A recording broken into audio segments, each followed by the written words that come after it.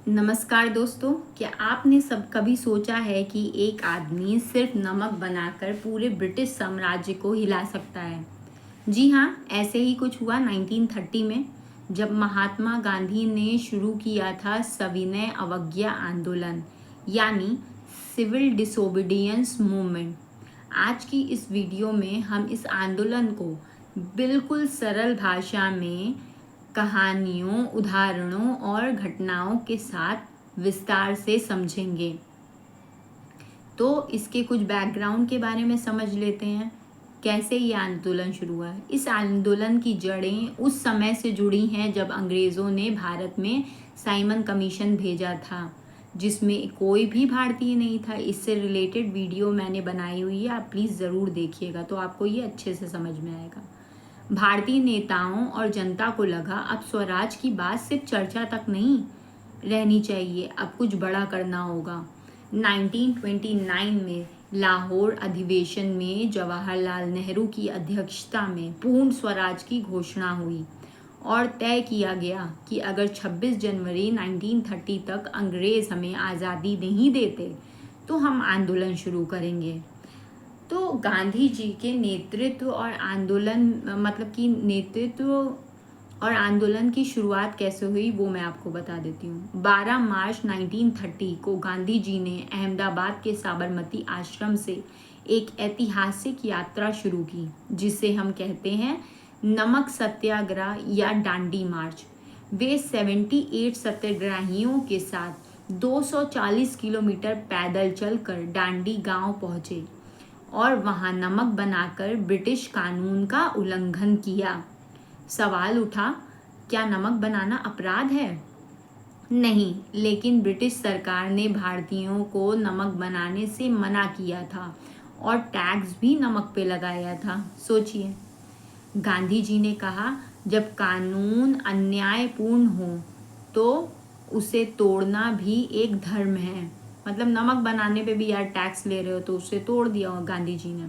सविनय अवज्ञा आंदोलन यानी कि सिविल डिसोबीडियंस मूवमेंट का अर्थ क्या है? सविनय मतलब शांति से, अवज्ञा मतलब आज्ञा ना मानना, यानी शांति से अन्यायपूर्ण कानूनों का उल्लंघन करना। आंदोलन के मुख्य उद्देश्य क्या थे? मेन डिमांड्स क्या थी? नमक पर टैक्स हटाया जाए, पहली चीज़। दूसरी, विदेशी कपड़ों का बहिष्कार हो। तीसरा था किसानों पर लगाए गए भारी लगान को हटाया जाए। चौथा था राजनीतिक बंदियों को रिहा किया जाए। पांचवा था पूर्ण स्वराज यानी पूरी आज़ादी। तो आंदोलन कैसे फैला पूरे भारत में? तो मैं बताती हूँ। महिलाएं आगे आईं।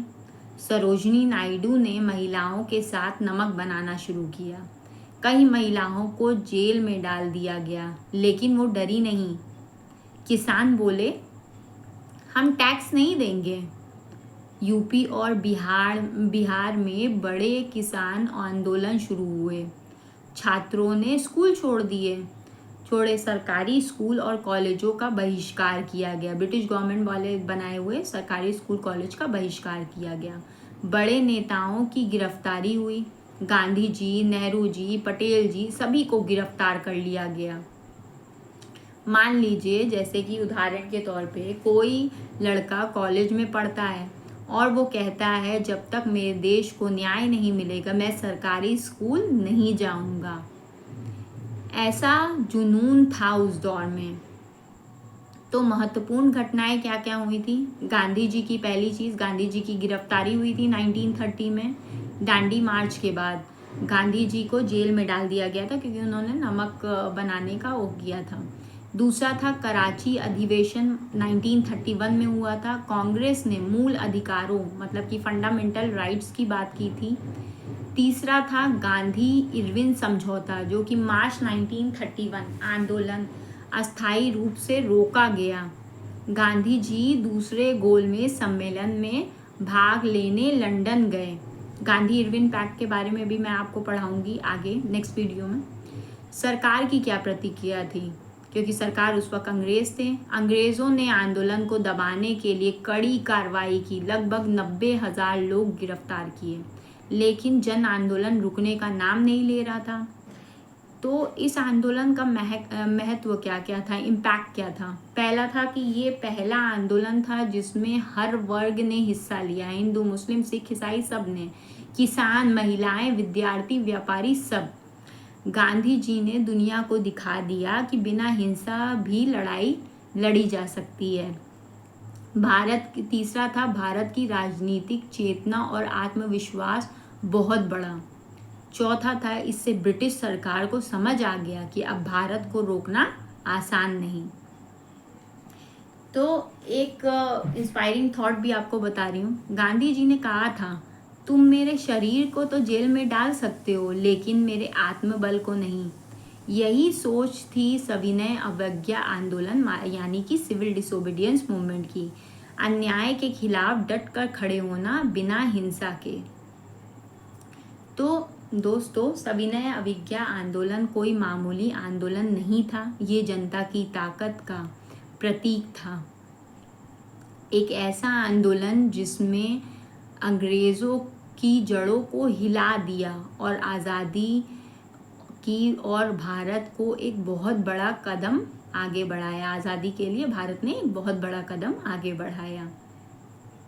तो अगर आपको ये वीडियो अच्छी लगी हो तो इसे लाइक कीजिएगा, अपने विचार कमेंट में लिखें, जो भी आप पूछना चाहते हो, और अपने दोस्तों के साथ ये ज़रूर शेयर करें। और हाँ, सब्सक्राइब करना मत भूलिएगा, ताकि इतिहास को जानने और समझने का ये सफ़र यूं ही चलता रहे। मैं बस ज़्यादा नहीं बोलना चाहूँगी क्योंकि कॉम्पिटिटिव एग्ज़ाम्स की लोग तैयारी कर रहे हैं। किसी ने मुझे बोला था कि आपकी वीडियो बहुत क्लैरिटी से मुझे समझ में आती है, बाकी काफ़ी मुझे अच्छे कमेंट्स नहीं मिले, तो मैंने इसे और भी अच्छे से बताने की कोशिश की है। पहले मैं बोर्ड पे लिख के बताती थी, बट मे भी अच्छा बोर्ड ना होने की वजह से, राइटिंग अच्छी ना होने की वजह से चीज़ें नहीं हो पाई, तो मैंने सोचा इसे वर्बली लर्न करके मैं आप लोगों के साथ शेयर करूँ। तो आई होप आप लोगों को अच्छा लगा होगा। तो प्लीज़ जो कॉम्पिटिटिव एग्ज़ाम्स की तैयारी कर रहे हैं वो करें, आगे बढ़ें, अच्छी बात है, और इसे ज़्यादा से ज़्यादा शेयर करें। Thank you.